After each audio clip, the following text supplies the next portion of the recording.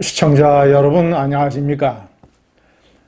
저는 동영상에 달리는 댓글을 전부 다 봅니다. 댓글에서 민심에 부는 바람의 풍향을 알 수 있습니다. 제가 8대 0이 될 것이라고 주장한 것도 탄핵이 돼도 저항 세력들의 어떤 이 저항은 이 우물 속의 태풍에 그칠 것이라는 것, 그런 것들 전부 댓글에서 읽을 수가 있었습니다. 댓글에서 새로운 아이디어도 얻습니다. 시청자 여러분, 이틀 전에 동영상, 한동훈 후보 후원금에 관한 영상, 돈은 안다, 태풍이 온다. 그 영상에 달린 댓글들의 감동을 저는 아직 잊지 못합니다. 상당수가 대부분이 생전 처음 정치인에게 후원금이라는 것을 내본다. 정치인 책을 처음 샀다. 정당의 당원 가입을 생전 처음 했다. 이런 댓글도 많았고, 후원금을 낼 수 있는 기회가 와서 정말 이제 행복하다. 후원금을 냈는데 아깝지가 않고 뿌듯하고 너무 기쁘고 행복하다. 후원금을 낼 수 있는 정치인 한동훈이 존재해서 감사하다. 저녁에 곱창 요리를 해 먹으려고 했는데 곱창 대신에 후원금을 내고 너구리 라면을 먹었다. 영덕대게 가족들하고 먹으러 가기로 했는데 그 돈을 아껴서 후원금을 내기로 했다. 나도 내고 내 아들, 딸에게 전화를 해서 후원금을 내도록 했다. 언제 후원금이 마감될지 너무나 걱정돼서 시간마다 들여다봤다. 2번 내고 3번 내고 4번 냈다. 기초수급자인데 5만 원을 냈다. 3달치 생활비를 냈다. 외국에 살고 있는데 한국에 있는 친구에게 전화를 해서 나중에 갚을 테니 대신 내달라고 했다. 후원금을 내려고 했는데 이미 마감이 돼서 너무 안타깝다. 행운의 기회를 놓친 것 같다. 시청자 여러분, 한동훈 후보의 어떤 가까운 측근이 한 후보에게 이 동영상의 댓글 이야기를 했다고 합니다. 그러면서 이렇게 얘기를 했다고 합니다.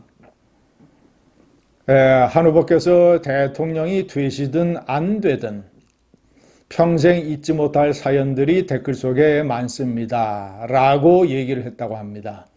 어떠한 사람들이 어떠한 마음으로 후원금을 냈는지 댓글을 보면 알 수 있습니다. 라고 말했다고 합니다. 한동훈 후보가 뭐라고 얘기했는지 아십니까? 그 측근이 전하기를 모두 다 보겠습니다. TV 토론을 앞두고 이 경선 투표를 앞둔 이 바쁜 시간에 측근에게 분명히 얘기했다고 합니다. 모두 다 보겠습니다. 1,500개에 달하는 그 댓글을.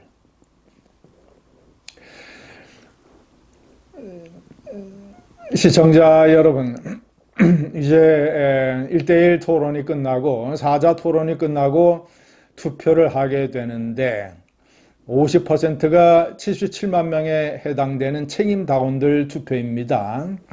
국민의힘의 책임당원들, 시청자 여러분, 대구, 경북, 부산, 울산, 경남이 전부 다 합치면 영남권이죠. 전체 인구의 50%, 25%입니다. 4분의 1입니다. 그런데 국민의힘의 책임당원으로 따지면 절반이 넘습니다. 책임당원들이 영남권에 몰려 있는 것입니다. 국민의힘의 특성상. 그러니까 이 중에서도 특히 대구, 경북, 이 TK 책임당원들의 선택이 한동훈이 대통령 후보가 되느냐, 이재명과 싸울 수 있는 기회를 국민이 얻느냐, 국가의 운명이 좌파 정권에게 넘어가느냐, 이것을 정하는 데 결정적인 영향을 미치게 됩니다. 국가의 운명이 TK 책임당원들에게 달려있다고 해도 과언이 아닙니다. 시청자 여러분, 그래서 제가 오늘 저는 TK 책임당원들에게 뇌를 끄집어서 완전히 뒤집어서 다시 뇌에 집어넣는 식을 코페르니쿠스적 발상의 대전환을 촉구합니다. 시청자 여러분, 이 사사로운 나무로 따지면 가지에 해당되는 사사로운 감정 따위는 다 버리고 마음을 크게 열고 줄기에 해당되는 본선 경쟁력, 누가 이재명과 싸울 수 있느냐, 누구에게 나라의 운명을 맡길 수 있겠는가, 이런 점을 선택을 해서 광주처럼 전략적인 결정을 해야 된다라는 것. 74세의 김문수, 가장 거세게 탄핵에 반대했던 사람입니다. 이재명과 붙으면 10분 만에 나가 떨어집니다. 80% 이상의 국민이 찬성을 하는 탄핵에 반대했던 세상 물정을 모르는 퀴퀴한 74세 노인네. 71세 노인네 홍준표도 마찬가지입니다. 탄핵이 있어서는 안 된다고 주장을 했고, 역시 각종 비리, 특활비, 사실상의 횡령, 성완종 불법자금 새로운 증거, 장인 영감탱이 막말, 박근혜 대통령에 대해서 화장실 들어갈 때와 나갈 때가 다른 배반, 이런 식의 홍준표도 본선 경쟁력에서 이재명 후보에게 한 입에 먹혀버립니다. 오직 자유로울 수 있는 사람, 탄핵에 찬성한 후보 중에서 안철수 후보는 왠지 불안합니다. 물가에 있는 어린애 같습니다. 반면 한동훈 후보는 그 어린애를 구할 수 있는 119 구조대원 같습니다. 실제로 비상계엄의 밤에 그는 이 국민의 힘을 구하는 119 구조대원의 역할을 훌륭히 해냈습니다. 안철수 후보는 왜 그를 도왔던 사람들, 멘토들이 지금 하나도 남아있지 않는지, 그와 일했던 사람들은 왜 떠나가는지, 이것을 도저히 이해할 수 없습니다.